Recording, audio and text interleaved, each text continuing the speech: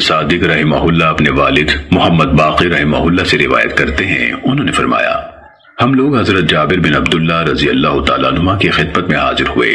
جب ہم آپ کے پاس پہنچے تو آپ نے تمام افراد کے بارے میں پوچھا کہ آپ لوگ کون کون ہیں، حتیٰ کہ میری باری آ گئی۔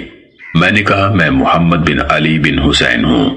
انہوں نے میرے سر کی طرف ہاتھ بڑھا کر میرا اوپر والا بٹن کھولا، پھر اسے نیچے والا بٹن کھولا، پھر اپنا ہاتھ میرے سینے پر رکھ دیا۔ اس وقت میں ایک جوان لڑکا تھا۔ آپ نے فرمایا تمہیں خوش آمدید، جو چاہو پوچھو۔ چنانچہ میں نے آپ سے سوالات کیے، انہوں نے جواب دیے۔ آپ اس وقت نابینا ہو چکے تھے، اتنے میں نماز کا وقت ہو گیا۔ آپ ایک کپڑا اوڑے ہوئے تھے جو اتنا چھوٹا تھا کہ جب اسے کندھوں پر ڈالتے تو اس کے دونوں کنارے آگے آ جاتے، یعنی بکل مارنا مشکل تھا، اور ان کی بڑی چادر ان کے قریب تپائی پر پڑی ہوئی تھی۔ آپ نے ہمیں نماز پڑھائی۔ نماز کے بعد میں نے کہا ہمیں رسول اللہ صلی اللہ علیہ وسلم کے حج کے بارے میں بتائیے۔ آپ نے ہاتھ سے 9 کا اشارہ کر کے فرمایا رسول اللہ صلی اللہ علیہ وسلم ہجرت کے بعد مدینے میں 9 سال اقامت پذیر رہے اور حج نہیں کیا۔ 10ویں سال آپ نے لوگوں میں اعلان کروا دیا کہ رسول اللہ صلی اللہ علیہ وسلم حج کرنے والے ہیں۔ چنانچہ مدینے میں بہت سے لوگ اطراف و اکناف سے آ گئے۔ ہر ایک کی یہی خواہش تھی کہ رسول اللہ صلی اللہ علیہ وسلم کی اقتداء میں حج کرے اور وہی کام کرے جو رسول اللہ صلی اللہ علیہ وسلم کریں۔ آپ صلی اللہ علیہ وسلم روانہ ہوئے اور ہم بھی آپ کے ساتھ روانہ ہوئے۔ ہم ذوالحلیفہ پہنچے تو حضرت اسماء بنت عمیس رضی اللہ تعالیٰ عنہ کے ہاں محمد بن ابو بکر رضی اللہ تعالیٰ عنہ کی ولادت ہو گئی۔ انہوں نے رسول اللہ صلی اللہ علیہ وسلم کی طرف آدمی بھیج کر دریافت کیا میں کیا کروں؟ آپ صلی اللہ علیہ وسلم نے فرمایا غسل کر کے ایک کپڑا لنگوٹ کی طرح باندھ لے اور احرام باندھ لے۔ ذوالحلیفہ کی مسجد میں رسول اللہ صلی اللہ علیہ وسلم نے نماز پڑھی، پھر قصبہ اونٹنی پر سوار ہوئے۔ جب اونٹنی رسول اللہ صلی اللہ علیہ وسلم کو لے کر بعیدہ میدان میں پہنچی تو حضرت جابر رضی اللہ تعالیٰ عنہ فرماتے ہیں مجھے رسول اللہ صلی اللہ علیہ وسلم کے آگے جہاں تک میری نظر کام کرتی تھی سوار اور پیدل افراد نظر آئے۔ اسی طرح نبی صلی اللہ علیہ وسلم کے دائیں طرف بے شمار لوگ تھے اور اسی طرح بائیں طرف، اسی طرح رسول اللہ صلی اللہ علیہ وسلم کے پیچھے حد نظر تک لوگ تھے۔ اللہ کے رسول صلی اللہ علیہ وسلم ہمارے درمیان موجود تھے۔ آپ پر قرآن مجید نازل ہوتا تھا اور آپ اس کا مطلب جانتے تھے۔ جو کام بھی آپ صلی اللہ علیہ وسلم کرتے تھے ہم بھی کرتے تھے۔ رسول اللہ صلی اللہ علیہ وسلم نے توحید کی آواز بلند کی لبیک اللہم لبیک لبیک لا شریک لک لبیک ان الحمد والنعمت لک والملک لا شریک لک۔ حاضر ہوں اے اللہ، حاضر ہوں، حاضر ہوں، تیرا کوئی شریک نہیں، حاضر ہوں، تعریفیں اور نعمتیں تیری ہیں اور بادشاہی بھی، تیرا کوئی شریک نہیں۔ لوگوں نے بھی ان الفاظ میں لبیک پکارا جن الفاظ میں آج کل پکارتے ہیں۔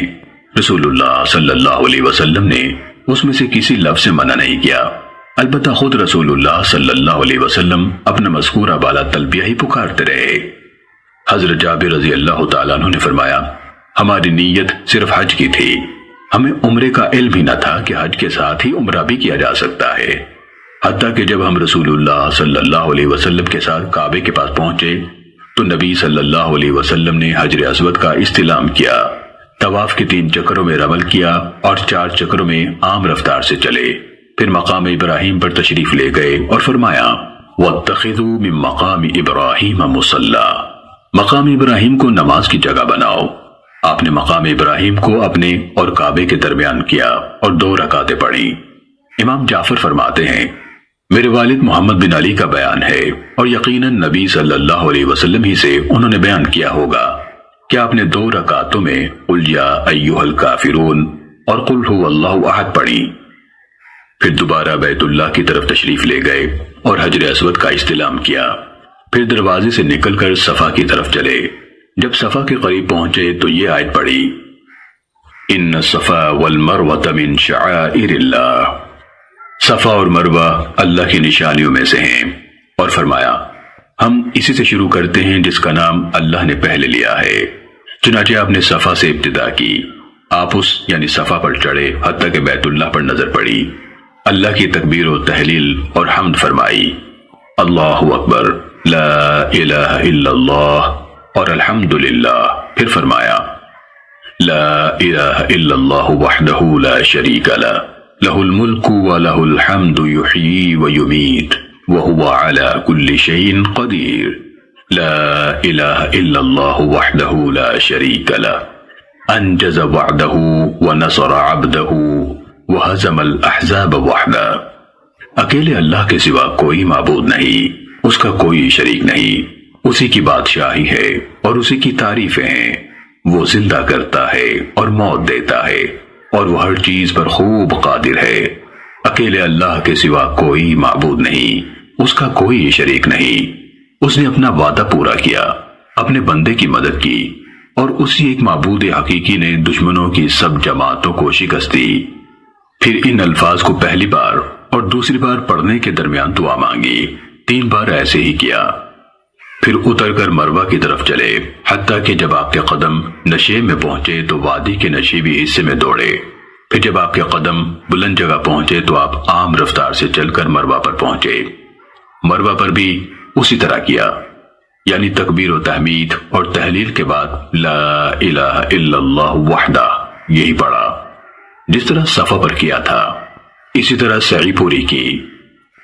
جب مروہ پر آپ کے چکر پورے ہوئے تو فرمایا اگر مجھے اپنے معاملے کے بارے میں پہلے وہ بات معلوم ہوتی جو بعد میں معلوم ہوئی تو میں قربانی کے جانور ساتھ نہ لاتا اور اس طواف و سعی کو عمرہ بنا دیتا۔ لہٰذا تم میں سے جس کے ساتھ ہادی یعنی قربانی کا جانور نہیں، اسے چاہیے کہ احرام کھول دے اور اسے عمرہ بنا لے۔ چنانچہ سب لوگوں نے احرام کھول دیے اور بال کٹوا لیے، سوائے نبی صلی اللہ علیہ وسلم کے اور ان لوگوں کے جن کے ساتھ قربانی کے جانور تھے۔ حضرت سراقہ بن مالک بن جعشم رضی اللہ تعالیٰ عنہ نے اٹھ کر کہا اے اللہ کے رسول، کیا یہ حکم اسی سال کے لیے ہے یا ہمیشہ ہمیشہ کے لیے؟ حضرت جابر رضی اللہ تعالیٰ عنہ نے کہا رسول اللہ صلی اللہ علیہ وسلم نے ایک ہاتھ کی انگلیاں دوسرے ہاتھ کی انگلیوں میں ڈالی اور 2 بار فرمایا عمرہ حج میں اس طرح داخل ہو گیا ہے، یعنی صرف اس سال کے لیے نہیں بلکہ ہمیشہ ہمیشہ کے لیے۔ حضرت علی رضی اللہ تعالیٰ عنہ یمن سے نبی صلی اللہ علیہ وسلم کے اونٹ قربانی کے لیے لے کر حاضر ہوئے تو دیکھا کہ حضرت فاطمہ رضی اللہ تعالیٰ عنہ بھی ان افراد میں شامل ہیں جنہوں نے احرام کھول دیا ہے اور انہوں نے رنگ دار کپڑے پہن رکھے ہیں اور سرما لگایا ہوا ہے۔ حضرت علی رضی اللہ تعالیٰ عنہ نے ان کے اس کام پر ناپسندیدگی کا اظہار کیا تو انہوں نے فرمایا مجھے ابا جان نے یہ حکم دیا ہے۔ حضرت علی رضی اللہ تعالیٰ عنہ عراق میں یہ واقعہ بیان کرتے ہوئے فرمایا کرتے تھے میں فاطمہ کے اس عمل کی شکایت کرنے اور انہوں نے جو بات بتائی تھی اس کے بارے میں رسول اللہ صلی اللہ علیہ وسلم سے فتویٰ پوچھنے کے لیے آپ کی خدمت میں حاضر ہوا اور میں نے ان کے اس کام پر ناپسندیدگی کا اظہار کیا۔ رسول اللہ صلی اللہ علیہ وسلم نے فرمایا وہ سچ کہتی ہے، وہ سچ کہتی ہے۔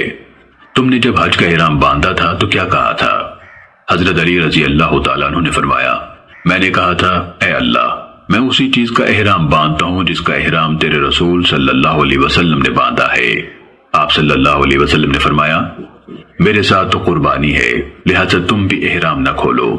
حضرت جابر رضی اللہ تعالیٰ عنہ نے کہا قربانی کے وہ جانور جو حضرت علی رضی اللہ تعالیٰ عنہ یمن سے لائے تھے اور وہ جانور جو نبی صلی اللہ علیہ وسلم مدینے سے لائے تھے ان کی مجموعی تعداد 100 تھی۔ پھر نبی صلی اللہ علیہ وسلم کے سوا اور جن کے ساتھ قربانی کے جانور تھے ان کے سوا سب لوگوں نے احرام کھول دیا اور بال کٹوا لیے۔ پھر جب ترویہ کا دن یعنی 8 ذی الحجہ آیا اور لوگ مینا کی طرف چلے تب انہوں نے حج کا احرام باندھا۔ رسول اللہ صلی اللہ علیہ وسلم بھی سوار ہوئے اور مینا جا پہنچے اور اپنے مینا میں ظہر، عصر، مغرب، عشاء اور فجر کی نمازیں پڑھی۔ پھر فجر کی نماز کے بعد کچھ دیر ٹھہرے رہے حتیٰ کہ سورج نکل آیا اور آپ کے حکم سے نامیرہ مقام میں آپ کے لیے بالوں کا یعنی بکریوں کے بالوں سے بنا ہوا ایک خیمہ لگا دیا گیا۔ رسول اللہ صلی اللہ علیہ وسلم مینا سے روانہ ہوئے تو قریش کو یقین تھا کہ آپ مشعر حرام یا مزدلفہ میں رک جائیں گے جیسے زمانے جاہلیت میں قریش کیا کرتے تھے، لیکن رسول اللہ صلی اللہ علیہ وسلم آگے بڑھ گئے حتیٰ کہ عرفات میں پہنچ گئے۔ آپ کو نمیرہ میں خیمہ لگا ہوا ملا، آپ وہاں تشریف فرما ہوئے۔ جب سورج ڈھل گیا تو آپ کے حکم سے آپ کی اونٹنی قصبہ پر کجاوا کسا گیا۔ رسول اللہ صلی اللہ علیہ وسلم اس پر سوار ہو کر وادی کے نشیب میں تشریف لے آئے۔ وہاں لوگوں سے خطاب فرمایا۔ اس میں فرمایا، تمہارے خون اور تمہارے مال ایک دوسرے کے لیے اسی طرح قابل احترام ہیں جس طرح تمہارے اس شہر یعنی مکے میں اس مہینے یعنی ذی الحج کا یہ حج کا دن۔ سنو، جاہلی رواج کی ہر چیز میرے ان قدموں تلے روندی گئی۔